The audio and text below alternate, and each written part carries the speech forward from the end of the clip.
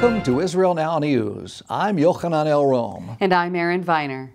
In our top story, Israeli Prime Minister Benjamin Netanyahu has warned that Iran is turning Lebanon into a giant missile factory. Ahead of his trip to Moscow to discuss Iranian interference in Lebanon, Netanyahu said he plans to speak about Iran's relentless efforts to establish a military presence in Syria also. He told Russian President Vladimir Putin that Tehran's involvement in Lebanon and Syria threatens Moscow as well as Jerusalem. The Israeli premier has repeatedly stressed the danger of allowing Iran to gain a foothold in Syria, Yemen, Iraq, and Lebanon. Last summer, Netanyahu told Putin that Iran is moving into every area where ISIS has been defeated. And in related news, Israel's former deputy chief of naval operations is warning that Hezbollah may use ships as suicide vessels. This is not a new form of warfare. Last year, 2 Saudi sailors were killed when Iranian-backed Houthi rebels used a small, fast-moving boat to ram their ship and then detonated explosives. The deadly bombing of the USS Cole in October of 2000 was also perpetrated in the same way. The former naval officer warned that Iranian ports in the eastern Mediterranean are a real risk for Israel, and he said that Jerusalem and Moscow must prevent the Iranian Navy from gaining a foothold in Syria. A troubling photograph has surfaced of then-Senator Barack Obama smiling with Nation of Islam leader Louis Farrakhan. Many are wondering how the former president's connection to one of the most infamous and outspoken anti-Semites was kept secret from the American people. The journalist who took the picture of Obama with the anti-American Islamist said that he was asked by members of the Congressional Black Caucus to bury the photo because it could harm the presidential aspirations of Obama. The reporter also revealed that Senator Obama had several members of the Nation of Islam working in his Chicago office. President Trump has spelled out America's position on Jerusalem, saying that it is now off the table. In unscripted remarks to the press during the World Economic Forum in Davos, Switzerland, the president explained that the hardest part of negotiations was always the issue of Jerusalem, which the United States has now taken off the table. He went on to say that if the Palestinians do not return to negotiations with Israel, they will not see any more American aid money. He expressed his frustration with the Palestinians' display of disrespect toward America and said that aid money to the Palestinians is being reconsidered because, despite giving hundreds of millions of dollars, PA officials refused to meet with Vice President Pence while he was in Israel. PA leader Mahmoud Abbas continues to funnel money into his personal coffers and flaunt his amassed wealth, even as he exploits the humanitarian crisis that his government created. Recently, Abbas purchased a private jet for $50 million. This comes as the Palestinian Authority has blasted the United States for withholding funds from the United Nations Relief and Works Agency, claiming that it will lead to the starvation of Palestinian refugee children. Israel Now News reported last year that Abbas was building himself a $13 million palace near Ramallah, and the top Palestinian officials have lined their pockets with Palestinian aid money. After greedy PA officials take their generous cuts, exorbitant salaries are paid to Palestinian terrorists and their families. Also, the people of Gaza suffer from insufficient sewage treatment and a lack of electrical power because rather than investing in infrastructure and paying the electricity bill, Hamas has chosen to invest millions of dollars in building terror tunnels. The Israeli Foreign Ministry summoned the Polish ambassador last week after the country promoted a law making it illegal to refer to Polish concentration camps, effectively diverting the blame for the Jewish genocide which took place in their country. Use of terms attaching Polish responsibility for the Holocaust now carries a jail sentence for foreigners as well as Polish nationals.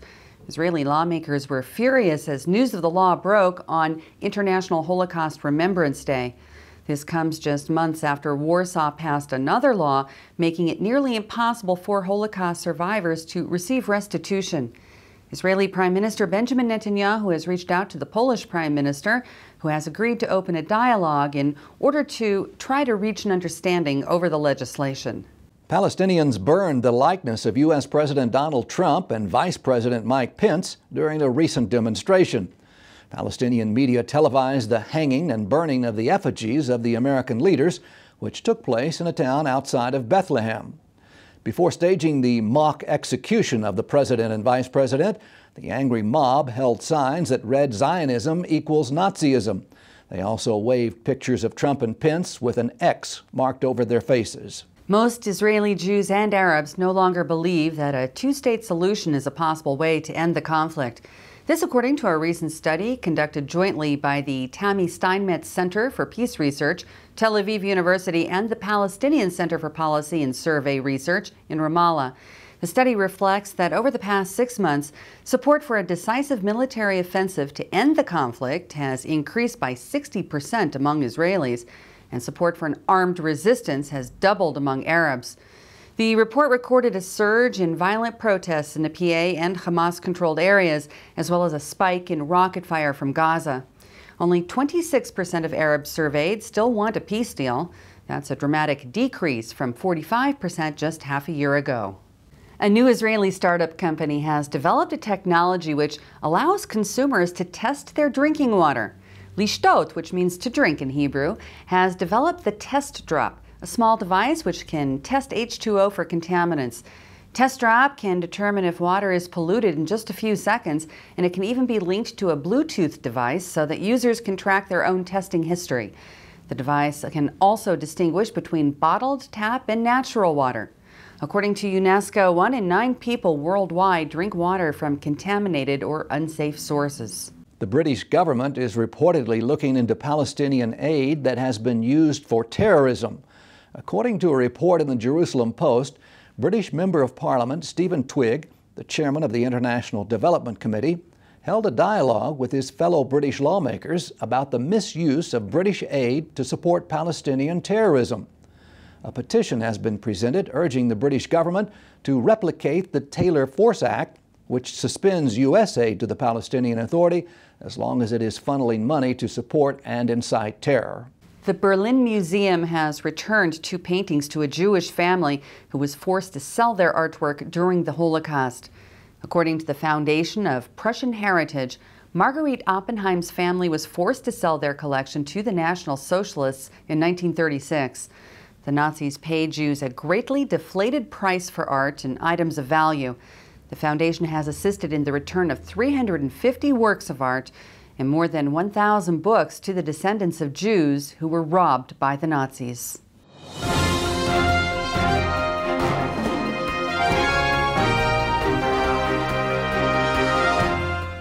That concludes the news portion of our show. Stay tuned for Ask the Source with Josh Reinstein.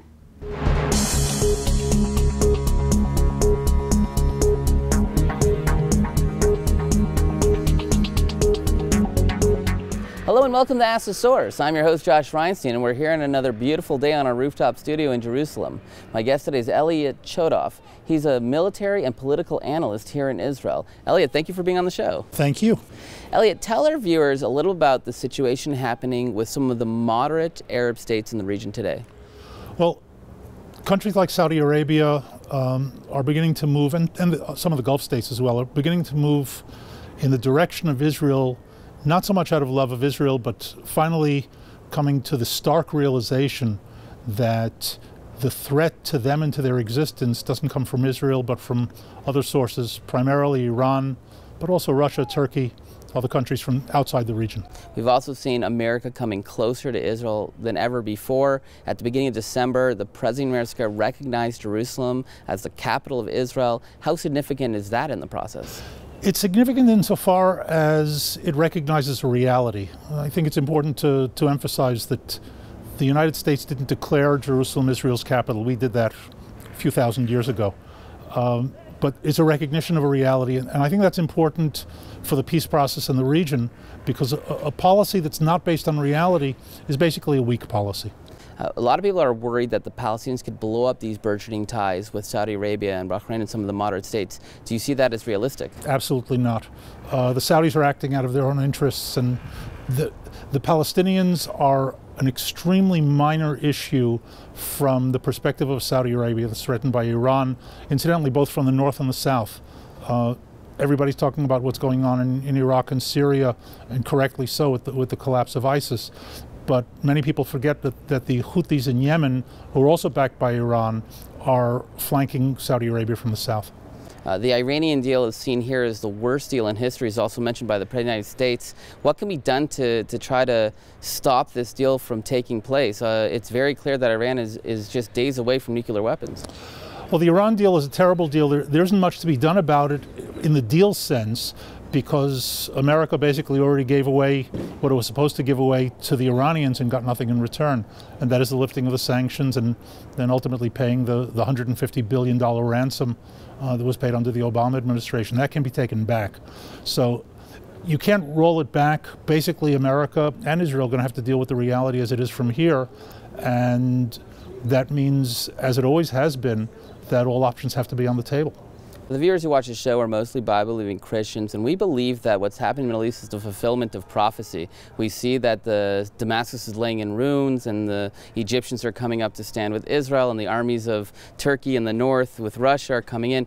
Is this something seen by Jews as well, or is this something that's more of a, thought in the distance? Well, I think both answers are correct. First of all, when you say Jews, it depends on who. I'm a religious Zionist. I believe that we're in the dawn of the redemption. We're in a messianic period, but at the same time, that Scripture tells us, speaking of God, that a day in your eye is like 1,000 years. So we may be in the last day, but we still may be centuries away from it. America and Israel are together like never before, yet Europe seems to be moving away from Israel. Why is Europe not joining this movement led by America and followed by some of the moderate Muslim states? I think that Europe is basically being schizophrenic. It's very publicly moving away. I'm not convinced that it's moving away on a fundamental level. They're basically trying to have it both ways, as they have for many, many years. And that is to be very, very publicly pro-Arab, anti-Israel, and by pro-Arab, pro-Palestinian, anti-Israel, but behind the scenes doing a lot of business with Israel, still having very good diplomatic ties and the like. So some of the public statements are maddening, but we're not seeing yet, anyway, a true shift away. With the rising Muslim population in Europe, though, it's very possible that we're going to see it in a more substantial way. Now, one of the big actors in the region is Turkey, and they've come out very strong against Israel. And now Israelis are starting to say, why did we even go back to make peace with Turkey? How do you see that relationship playing out? Well, I think it's important, first of all, to understand that Turkey is not part of the region. Turkey is outside the region. Turkey is not an Arab country, as Iran is not an Arab country. So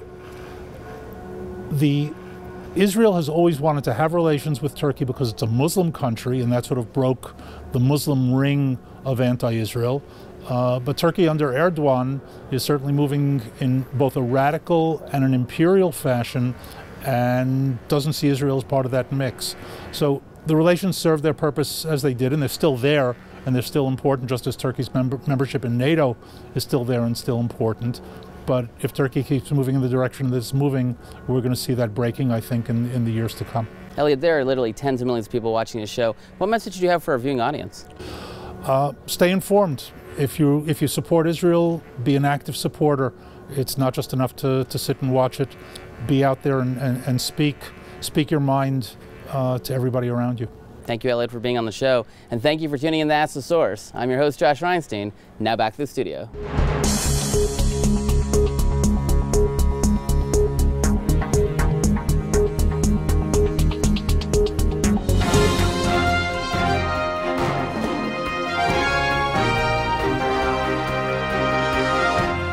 Up next, the return to Zion with Karen Hayesod.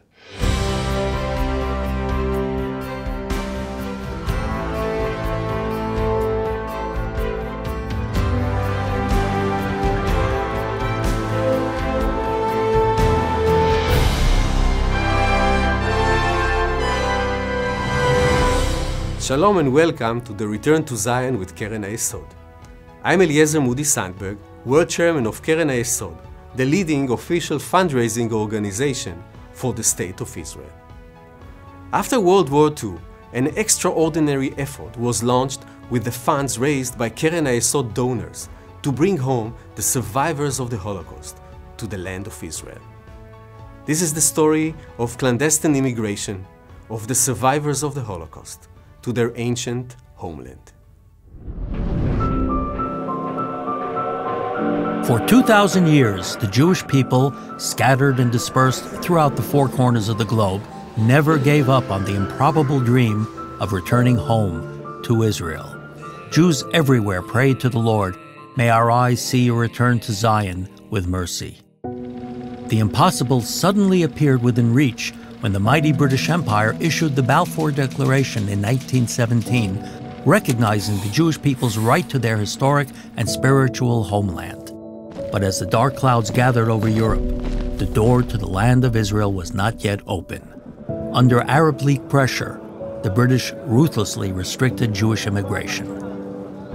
As the world looked on, Keren HaYesod, alongside Jews already in the land of Israel, banded together and took on the challenge. They launched a clandestine naval operation, codenamed Aliyah Bet, to save their brethren from the clutches of Nazi Germany and bring them to Israel, fulfilling Ezekiel's prophecy of bringing dry bones to life.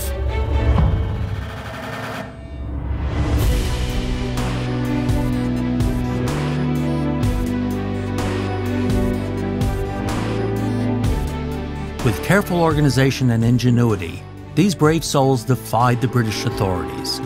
Makeshift, rickety boats set sail from ports across Europe, transporting a wretched human cargo of men, women, and children desperately seeking refuge. But the might of His Majesty's Navy stood in their way. Time and again, those who had escaped the gas chambers gazed longingly at Israel's coast, the land of freedom in their midst, only to be defied by the British and turned back to Europe. Fruma Galant was just such a little girl when she traveled to Israel on the SS Exodus during the Ha'apala. Upon its arrival to the port of Haifa, the ship was deported back to Europe, thus making it a symbol of the many hardships Jews had to face during the time of Aliyah, immigrating to their historical homeland. ראינו את אוניות הבריטים, המשחטות שלהם, מסביב כמו דגי טרף כל הזמן. כמו שאנחנו נסענו, הם נסעו. ואז הגיע היום, ראינו שהאוניות מתחילות להתקרב אלינו, וגם ראינו את חיפה, את האורות כבר. וכולם התחילו לשמוח מאוד שרואים אורות, אבל אני מבינה שהיו אנשים שהבינו מתחיל קרב וזה. הם התחילו לשחק כדורגל, האנגלים עם האונייה. אחד נתן דחיפה ימינה, השני שמאלה, והאונייה התחילה להתפרק כמו לגו. בחיפה הורידו את האנשים, עשו עליהם פליט עם כל הכעס שהיה להם, והעבירו אותנו לאוניות, ל3 אוניות. זו הייתה אוניית אסירים, הם זרקו את כל התרמילים.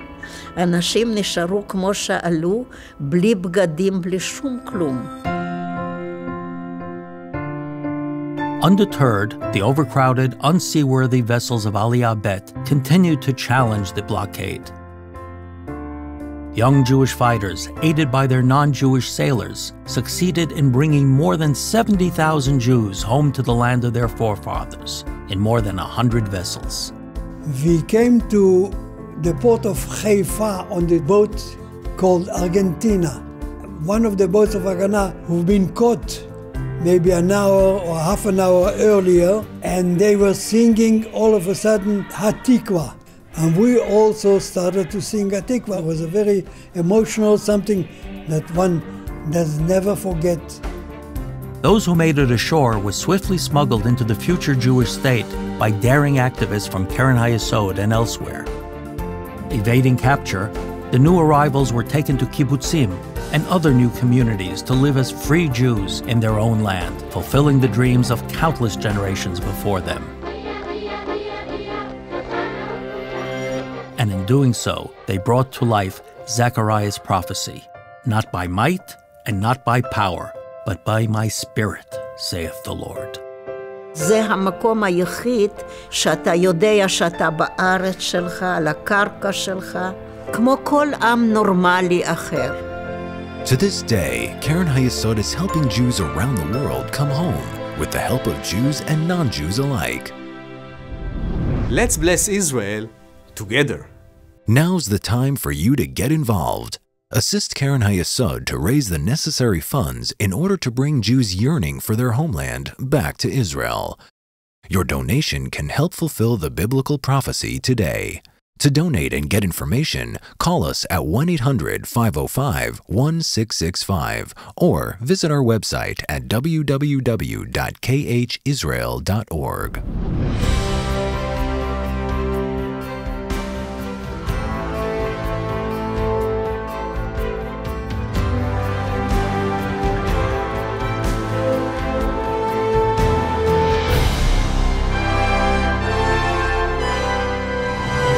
For a quarter of a century now, since the founding of the Palestinian Authority in the aftermath of the Oslo Accords, Palestinian leaders have paid Palestinian terrorists for killing Jews. Palestinian leaders have paid the families of terrorists who killed Jews on a sliding scale. If you kill one Jew, you get a certain amount of money. If you kill 2 Jews, you get more money. 3, 4, 5, 6, 7 Jews, you get even more money. If you're sent for prison to long periods of time, when you come out, there's a job waiting for you. There's a house waiting for you. You probably have a bride waiting for you as well. All this is done with money. And not just any money, money from donor nations to the Palestinian Authority, above all, the United States of America. This was an egregious situation that continued for so many years until the murder of one American, a Christian American, not a Jewish American, a veteran of the Iraq War, a graduate of West Point, an extraordinary young man named Taylor Force. He was traveling in Tel Aviv, actually not far from my house. I remember seeing the police cars there, when a Palestinian terrorist attacked him with a knife and killed him.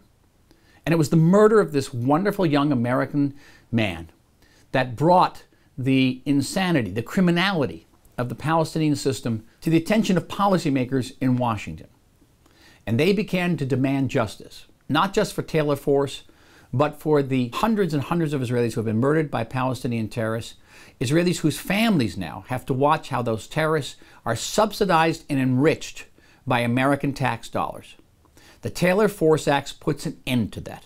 It says unequivocally that if the Palestinian Authority continues to pay terrorists and their families, the Palestinian Authority will not get a cent of American taxpayer money. And Israel deeply welcomes and appreciates this gesture.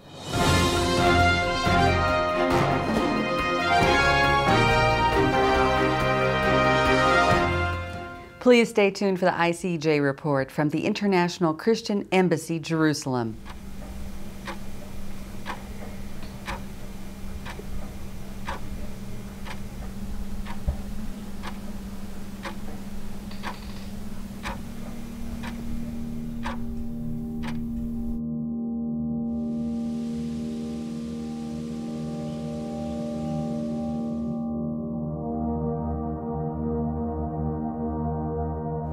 ስሜ ሳሱብሽ ገድፍ አዲስ እባላለሁ። እዚህ ጎንደር የተቀመጥነው 19 ዓመታችን ነው። ለኛ ትልቅ ነገር ነው። እስራኤል መሆናችን በራሱ ኩራት ነው ለኛ።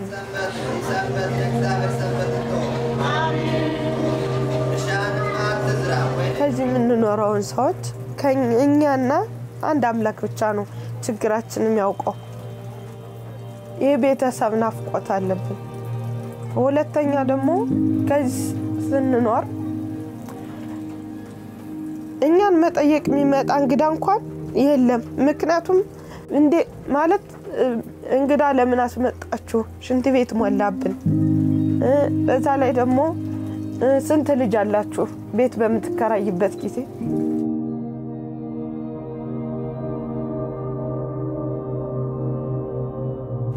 እግዚአብሔር ፈቅዶት ከገባነ እንግዲህ ህይወታችን ሀብለን እንጀምር ከዛ ነው። መማር ካለብን እንማራለን፣ መስራት ካለብን እንሰራለን። እኛም እንደማንኛውም ወገኖቻችን እንደማንኛውም ዘመዶቻችን ሀገራችን እንድታድግ ተምረን ልጆቻችን ማስተምረን ምንልበት ከዛ ነው እና ከዛ በመሄዴ በጣም ደስ ይለኛል። ቤተሰብክን ስታገኝ ምን ያክል ደስታ ይሰማሃል? ይሄን ያክል አመት ብቻህን ኖረህ ያው በጣም ደስ ይለኛል።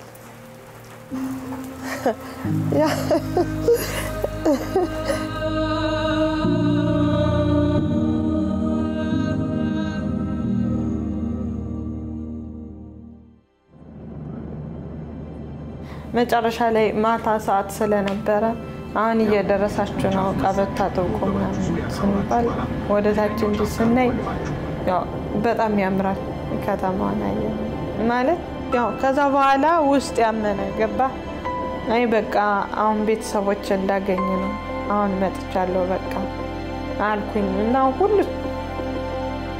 ሁሉም ሰው አለቀሰ ምክንያቱም ማለት አብዛኛው ከኔ ጋር የመጡት ሰዎች ልክ እንደኔ ብዙ ችግር ያዩ ናቸው መጨረሻ ላይ ህዝቡ በሩ እንደተከፈተ ዌልካም ብለው ሲጮሁ በቃ የዛኔ እሚታይ ትዝ ትለኛለች እሚታይ ያቻትነት ብላ ሩጣ ትመጣለች መላቀስም የዛን ሰዓት በጣም ነው ደስ የሚለው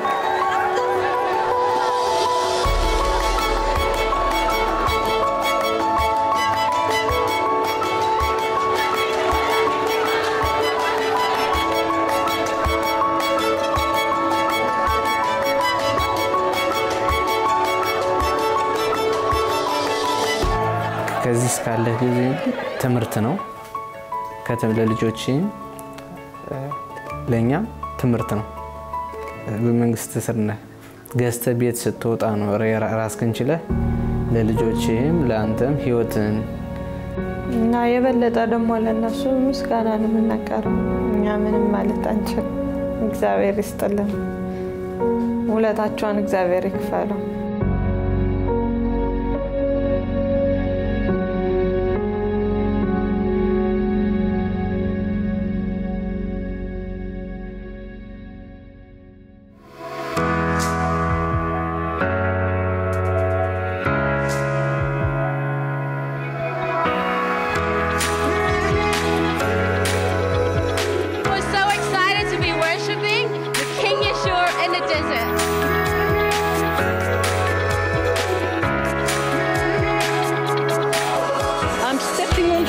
Where Jesus walked, that Bible is alive. It's alive.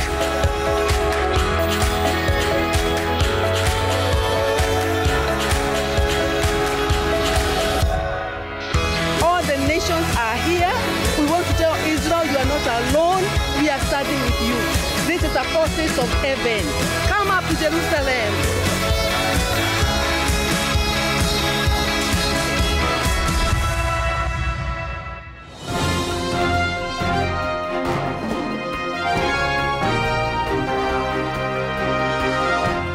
That's all for this edition of Israel Now News. I'm Yochanan El-Rom. And I'm Erin Viner, reporting from our studio in Jerusalem. Please join us again next week for all of your Israel updates.